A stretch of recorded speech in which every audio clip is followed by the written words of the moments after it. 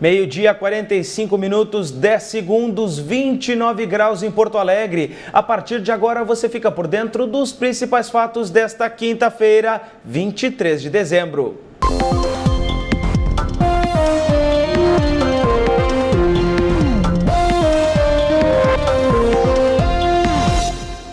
Em todo o país, apenas 5% dos voos foram cancelados nesta manhã. Em Porto Alegre, 2 partidas foram suspensas. 12% atrasaram, menos da metade do índice registrado no Brasil. As duas irmãs eram só sorrisos na fila do check-in.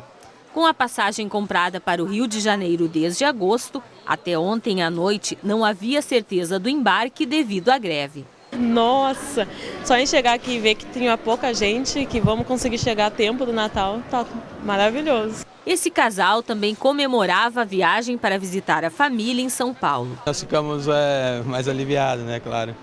Tanto é que nosso voo é às 13 horas, nós chegamos mais cedo no aeroporto. Desde outubro já estava programado. Uma liminar concedida pelo presidente do Tribunal Superior do Trabalho ontem à noite determinou que 80% dos funcionários das companhias aéreas permaneçam trabalhando de hoje até o dia 2 de janeiro. Na decisão, o ministro afirma que a atividade é considerada essencial frente ao grande movimento nos aeroportos nessa época do ano. Os aeroviários querem um aumento salarial entre 13% e 15% e melhores condições de trabalho. Segundo o sindicato da categoria, as negociações começaram em setembro, mas só agora as empresas aceitaram discutir as propostas. Uma nova rodada de negociações deve ser feita após o dia 2 de janeiro, quando termina o prazo dado pela liminar judicial. A ameaça de greve dos trabalhadores poderia gerar um novo caos aéreo em todo o país. A medida judicial não se discute, a medida judicial se cumpre. Muita gente pergunta assim, por que esse movimento à véspera do Natal? A agenda da campanha nos levou a isso, porque até o dia 15 de dezembro, na última quarta-feira, nós estávamos com insistência reunindo com o sindicato patronal, tentando uma solução para esse problema. Ninguém aqui se ilude que os trabalhadores vão cessar o movimento, e nós vamos cessar o movimento e tudo vai ficar tranquilo. Não vai ficar tranquilo, porque as empresas venderam passagem a mais, as empresas não têm funcionário suficiente para manter o serviço funcionando, enfim, de forma normal. E isso vai estourar até o final do ano, com certeza. O carro de uma empresa de segurança capotou nesta manhã em Porto Alegre. O Fiat Siena derrubou árvores do canteiro e foi parar no corredor de ônibus. O acidente ocorreu na Avenida Dom Pedro II, zona norte da capital. O condutor perdeu o controle em uma curva. O motorista sofreu ferimentos leves e foi encaminhado ao HPS. A pista foi parcialmente bloqueada e houve congestionamento. Mais de 3 quilos de maconha foram apreendidos em uma casa em Canoas. A Polícia Civil investigava há 3 meses um funcionário público. O homem de 49 anos foi preso em flagrante. Também uma balança de precisão foi recolhida. Um homem foi atropelado nos trilhos do Transurb nesta madrugada. A vítima ainda não foi identificada. Ele caminhava na linha do trem próximo à estação Esteio quando foi atingido. O veículo fazia a última viagem do dia no sentido interior capital. Hoje, os serviços da Transurb tiveram funcionamento normal. A governadora Ieda Crucius assinou hoje o contrato de arrendamento do Cais Mauá na capital. Porém, ainda existem entraves jurídicos tentando impedir o contrato. O arrendamento é do consórcio Cais Mauá, composto por 4 empresas espanholas e a brasileira Contern.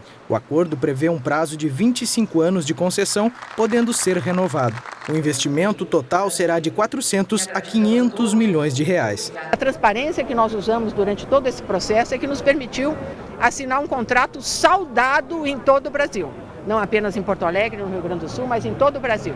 É um projeto que demorou mais do que outros, quem sabe, mas quando ele chega com um porte internacional que nós merecemos. Além da revitalização do local, o consórcio também fica responsável pela manutenção da infraestrutura de eventos e obras sociais, como a Feira do Livro de Porto Alegre, o Museu de Arte Contemporânea e a Bienal do Mercosul. O objetivo é que o espaço fique pronto até a Copa do Mundo. a gente esteja, se não com 100% disso aqui concluído, com grande parte, já vamos estar entregando isso. Acho que é um momento glorioso para a cidade de Porto Alegre. A gente não poderia deixar escapar esse momento. As etapas de revitalização do cais terão vínculos com a Prefeitura, o Estado e a União. Além das melhorias que serão realizadas nos 12 armazéns, ainda será feito todo o trabalho de infraestrutura do local, como instalações de energia, água e esgoto. E a governadora ainda não sabe se vai suspender ou cancelar o edital da RS 010. Ontem, a Justiça suspendeu a abertura das propostas para as obras da rodovia. Uma ação popular foi movida por diretores do Sindicato das Empresas de Transporte, Cargas e Logística do Estado. O SETSERGS questiona o valor da obra de R$1,6 bilhão por uma estrada que teria 4 pedágios em 42 quilômetros. Ontem, a governadora disse que o Estado vai recorrer da decisão. Nós estamos afirmando que vamos recorrer da decisão em liminar. Como este ano ainda não é possível, eu estou, como pessoa política, decidindo se eu suspendo ou se eu cancelo a licitação da RS 010. A medida é em caráter liminar e ainda cabe recurso. 77 mil veículos devem passar pela Freeway neste feriado de Natal. Agora você vê imagens da saída de Porto Alegre e a estação rodoviária. Nesta quinta-feira, o movimento deve ser menos intenso. Já quem viajar na sexta pode ir se preparando. 33 mil veículos devem se dirigir ao litoral pela rodovia. O presidente Lula fez a última viagem oficial ao Rio Grande do Sul. Ele inaugurou obras de duplicação do trecho gaúcho da BR-101. O presidente Lula percorreu a pé toda a extensão do túnel de Morro Alto. Na outra ponta estava o palco da cerimônia. Junto a ele ficaram prefeitos de municípios do litoral norte, deputados e o governador eleito. Em seguida, foi descerrada a placa que marca a conclusão das obras. Segundo o presidente, ela só foi possível ser realizada graças à persistência. Eu espero que essa rodovia não tenha mais mortes. Espero que essa rodovia signifique o desenvolvimento do Rio Grande do Sul. O ministro dos Transportes destacou que só no ano passado foram investidos 3,5 bilhões de reais em rodovias em todo o país. Nós temos 61,7% das estradas brasileiras em bom ou ótimo estado, 23% em condição regular. A duplicação da BR-101 foi retomada em 2004. Todo o trecho gaúcho custou R$1,1 bilhão. Só no túnel de Morro Alto foram gastos R$194 milhões.